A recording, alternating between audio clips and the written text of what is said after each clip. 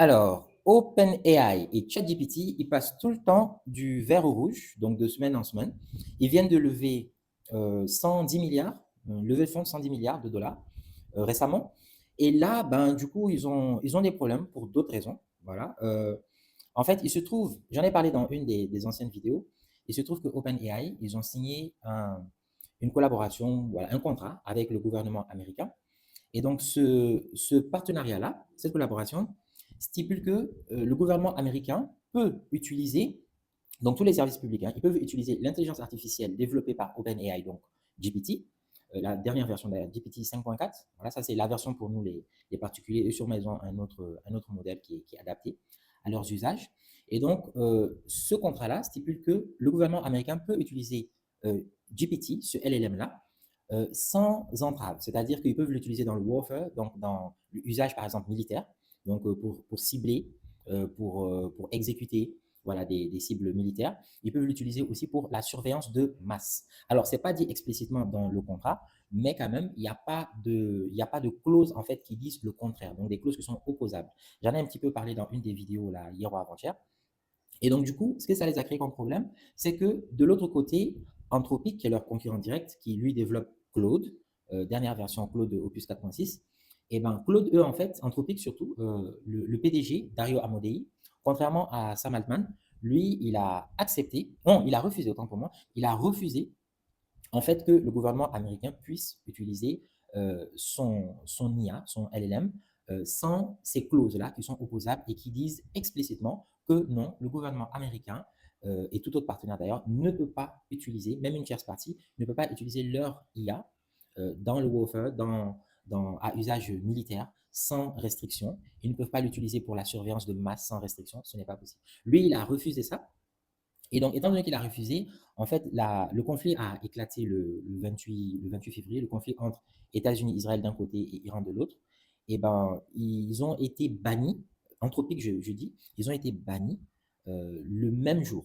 Le même jour, ils ont été bannis, en fait, et le contrat a été signé avec OpenAI. Donc, le gouvernement américain, l'administration Trump, donc, a dit que, voilà, désormais, les services publics, ils travaillent prioritairement avec OpenAI et ils ont mis Anthropic sur une liste noire, une liste des applications, ou plutôt même des entreprises qui sont potentiellement nuisibles pour la nation américaine, ce qui est très grave. Généralement, ce sont des entreprises étrangères comme Huawei ou bien par exemple ByteDance qui développe TikTok. C'est eux généralement qu'on met sur cette liste-là à cause du conflit, comme tu connais, entre la Chine et les États-Unis. Mais l'entreprise américaine, parce que Dario Amodei, il est d'origine italienne, mais il est américain, bien sûr, l'entreprise est américaine. C'est l'une des rares fois, voire même la toute première fois, qu'une entreprise américaine de enfin c'est un mastodonte quoi, tu vois, de cette grandeur-là puisse être mis sur une liste comme ça. Et donc, ChatGPT, en fait, OpenAI, pour être plus précis, ChatGPT, c'est leur chatbot. Donc, OpenAI, ils ont crié victoire, mais là, il se trouve que 2 jours, 3 jours, 4 jours, une semaine plus tard, ben, ça s'est retourné contre eux. Parce qu'actuellement, en fait, les abonnés, dès qu'ils ont su ça, ils ont commencé à se révolter et à se désabonner en masse. Il y a même un mouvement qui s'appelle QuitGPT qui revendique 2,5 millions de signataires. Donc, QuitGPT, donc, c'est une pétition en fait pour quitter, désinstaller GPT. Les désinstallations sur Sensor Tower, c'est une plateforme où on peut évaluer ce genre de choses-là. Et bien, les désinstallations pour ChatGPT ont atteint 295% de désinstallation. 295% de désinstallation. Et une étoile là, sur l'App Store, les une étoile, très, très mauvais avis sur l'App Store, et ben, ça a bondi de 775%. De l'autre côté, Claude, donc qui est l'IA, le LLM développé par Anthropic, eux, par contre, ils ont été pour la première fois depuis cette concurrence-là entre les deux mastodontes, ils ont été pour la première fois numéro 1 en téléchargement sur l'App Store. Donc, du coup, en fait, les abonnés ont récompensé Anthropic et la décision ferme de résister, la décision ferme de son PDG, donc Dario Amodei, et ils ont sanctionné carrément la décision qui a été jugée par Sam Altman lui-même. Quand il a vu que ça se retourne contre lui, il a dit que oui, finalement, ils vont renégocier le contrat.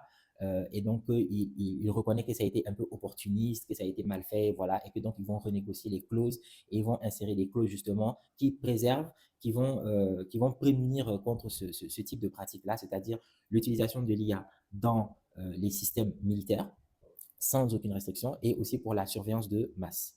Par contre, il y a un général de l'armée qui s'appelle Brad Carson. Lui, il a déclaré sur NBC qu'il a vu le contrat et qu'en fait, une clause comme ça, il ne la voit même pas. Voilà. D'ailleurs, il ne voit même pas comment ça peut être appliqué. Donc, apparemment, c'est encore un coup de bluff de OpenAI pour essayer de désamorcer. Donc, Sam Altman, il essaie de désamorcer la crise, mais apparemment, ça ne marche pas trop. Donc, il y a même une de ses directrices qui était la dirigeante de l'équipe hardware, donc au niveau de OpenAI, qui a démissionné. Elle s'appelle Kathleen Kalinowski. Elle a démissionné parce que justement, elle dit qu'il y a certaines limites qui ont été franchies et que les choses ne se sont pas, pour plusieurs dossiers, dont celui-ci, ça ne se négocie plus, en fait, ça ne se discute plus en interne d'abord avant de prendre des décisions. Donc, elle a démissionné. Donc, OpenAI, ils sont en pleine crise, malgré qu'ils viennent de sortir GPT 5.4, qui est au passage très bon. Je vais essayer de le tester, de faire une vidéo là-dessus. Malgré aussi qu'ils ont levé 110 milliards et qui paraissaient avoir donné un coup de massue à leurs concurrents Anthropic de Dario Amodei, mais malgré ça, ben, on voit qu'en quelques jours, dans l'IA, ça va très, très, très, très rapidement. Mais quand on dit que ça va vite, généralement, on parle des modèles, on parle des outils, ben, ça va vite aussi, même sur le plan commercial, sur le plan géopolitique, sur le plan administratif. En fait, l'IA, ça va vite dans tous les sens. Donc, accrochez-vous, j'essaye de continuer comme ça à dénicher des informations.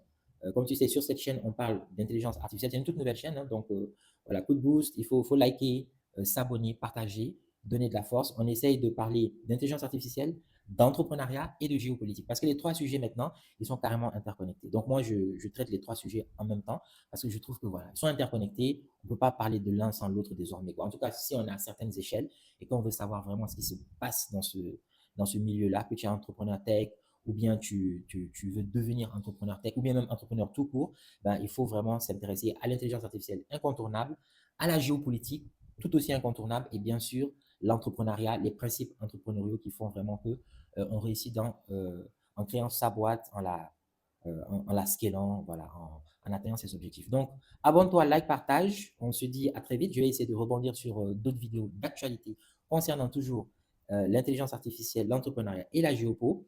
Et donc, on se dit à très vite et voilà. Porte-toi bien. Ciao.